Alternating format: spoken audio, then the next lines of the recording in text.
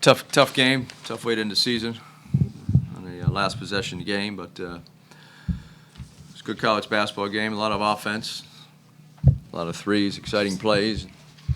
Appreciate the fans coming out to support us today. It was a great crowd, and could have gone either way. Unfortunately, we had our chances at the end and didn't convert, but it was a solid game for us. What was your perspective on that last play? What was supposed to get done?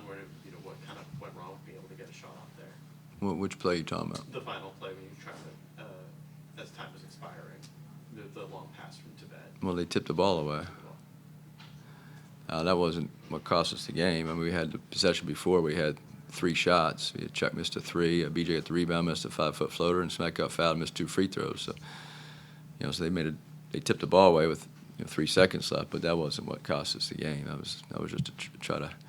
And without Boopy Miller, we'd normally probably give it to Boopy on the run there and let him drive down the court, but we didn't have Boopy. So Matt kind of missed time to jump, and they were able to come out and tip the ball away.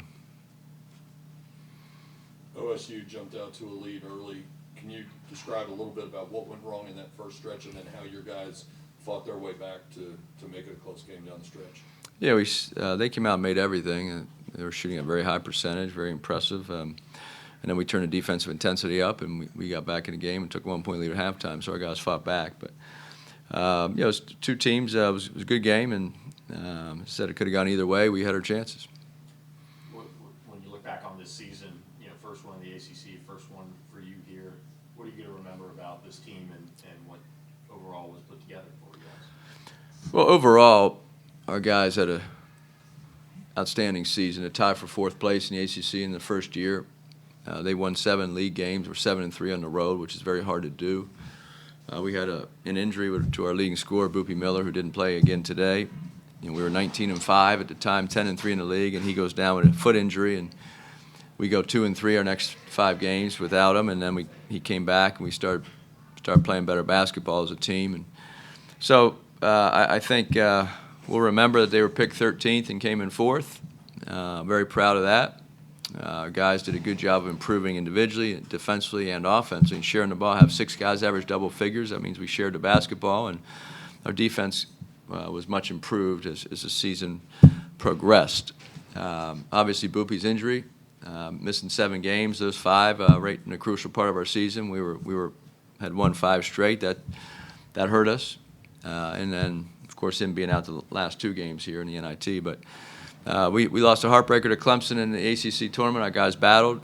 It was an extremely physical game, and we knew we needed to win that game to have a chance to be on that bubble and to lose the last possession, have a 3 to take the lead. And Chuck had that 3 in the corner, and then the offensive rebound. It would get tipped out, and they reversed the call. It was a really tough way to lose your last ACC game, and so it was a very. This group was very fun to coach. They took coaching extremely well. They improved, and I think our fans could see that throughout the season. Had a lot of big wins. The transfer portal opens tomorrow. Do you have any guys that you anticipate entering, or that you've had those conversations yet? And does Boopy need surgery or anything for him moving forward? No, I don't think he needs surgery. I think he has a hand injury. We're hoping, anyway, he doesn't need surgery. But as of now, that's not the indication. As far as the transfer portal, we're in a new era, so you never know. We haven't had any discussions with our guys. We just want to focus on until you lose your last game. We didn't want to distract anybody or have any distractions. So we'll probably meet with everybody tomorrow in the next couple of days and try to figure out how we proceed. Can you talk a little about the effort from Cario, especially when Oklahoma State's making those shots early and maybe not things falling to you guys? I mean, what he was able to do in the first half. Yeah, that was impressive. He went on that scoring spree, and unfortunately on our team, no one else was making a shot except him. But he, what did he start, 8 for 8 or 7 for 7, 8 for 8? Yeah, it was very impressive. Yeah, this roster, you lose some key pieces. You lose Chuck, Cario, those guys, and Matt and others. But as far as rebuilding this roster, what are some of the priorities for you, as you get into the off season now and portal and just bringing in new players? What do you need for next year? Well, we have an outstanding freshman class that's signed to come here next year as freshmen. we're high on all those guys. We do lose 5 seniors, so we do have to replace some shooting, some scoring with Chuck and Cario and Matt, and then Keon and Tibet. Those guys give us great energy. And, we try to have a complete roster next year. I know transfer portal is always a little tricky because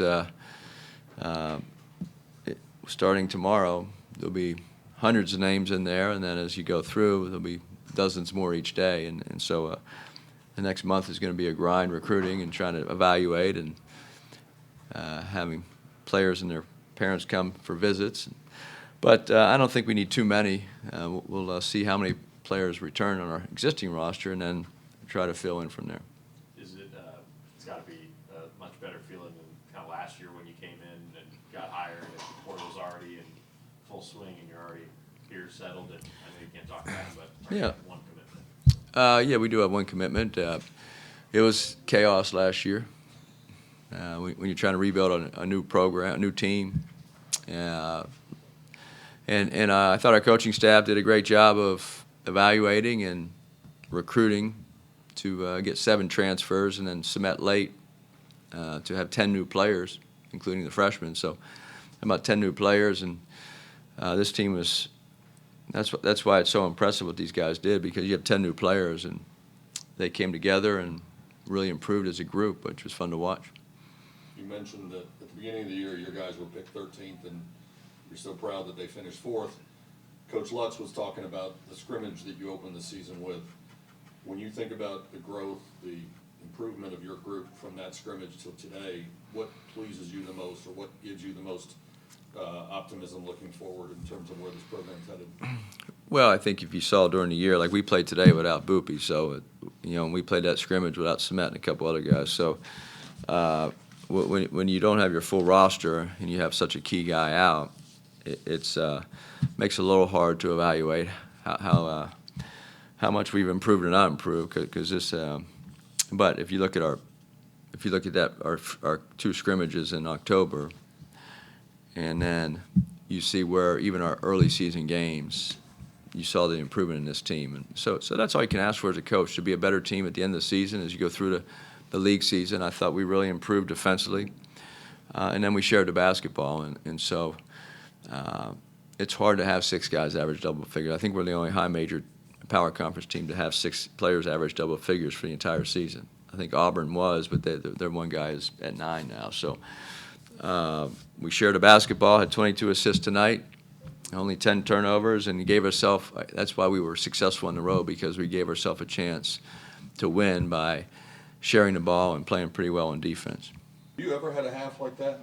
I have before, but it's been a while, so that was probably the most I've ever scored in a half. Though I've had like a couple of 20-point halves before, but it was just feeling good tonight. So When you get going like that, do you feel like you almost can't miss? yeah, today that's kind of how I felt. Like I feel like everything I put up today was going in, so I was just trying to kind of started trying to get them up as much as I can in the first half without taking too many, but. Chuck, at that point, does the offense become get it to him and everybody clear out, or? Yeah, once he got it going, I kind of took it upon myself to put him in more action. That team likes to tag on the big, so I told him in game, like, just make sure you the tag man's man, and I'm gonna keep finding you, honestly. So. What's next for you guys? Like, obviously now the off season's here. I mean, you guys got to jump into the pro process and things like that. Just what did this season mean for you guys as far as what's next for you? For me personally, it was pretty special. Last college game today, it really hasn't set in yet, but all things come to an end. But next step for me, I don't know. It's kind of hard to think about right now, but I definitely getting ready for the pro process for sure. Pretty much same thing. Trying to get ready for the pro process and see where it takes me at. Do you feel like the last probably month for you has been kind of like a momentum building just overall? Yeah, personally, I feel like I found myself a lot in the last month and a half of the season. So I was just trying to get in where I fit in at. So it was good for me and the team. this game was sort of a tale of two games. Oklahoma State jumped out to a big lead early. Can either one of you sort of explain what went wrong in that first stretch and then how you guys clawed your way back into it and made it so close the rest of the way? I think they just another bad start for us on our effort. We were able to claw back into it, but I think ultimately at the end of the game it came to bite us. When you have poor starts like that, it's never good. So. Anything else, guys? When you're at the line with 7 seconds left, was there any thought given to missing the second one on purpose to try to get a rebound? I was trying to play multiple scenarios in my head that have made sense, but I think, like you said, there was 7 seconds. I knew we would have fouled right away. We weren't able to do that, which kind of hurt. I think they ran off 4, 5 seconds on the inbound because of poor communication again. But, yeah, I knew we was going to make that, and then we had already picked a guy to foul immediately, so we just didn't execute how we should have done the stretch. What did the season as a whole mean for you guys, being first year for coach and first year in the ACC, and the results that you guys put together overall? Personally, it was special to me. I felt like we grew a lot as a team over the year, and it was really. I think we really showed a lot of people like that. Like SMU is like a really good program, and gonna stay that way for the next couple of years and for on. Yeah, I'm pretty proud that I was able to be the first one, or a part of the first group that came into the ACC. Despite not making the tournament, we finished 4th or 5th in a major conference, which is pretty special. Especially coming off our football team success in the ACC as well. So it was pretty accomplishing just being I say the pioneer for this the future of the SMU in the ACC. Coach Lutz was here a minute ago, and he talked about the scrimmage you all had up in Stillwater at the beginning of the year, and he talked about how much you guys have improved since that day. If someone had told you then that you'd get 24 wins by the end of the year, would that have been a reasonable expectation for you? Yeah, I think it was. I just think at the time that we had to really grow as a team, and when we played them before, we definitely weren't playing on one accord. So I think as the season has went along, like that's just kind of what we figured out, and we've obviously gotten individually better, which has made us better as a team as well.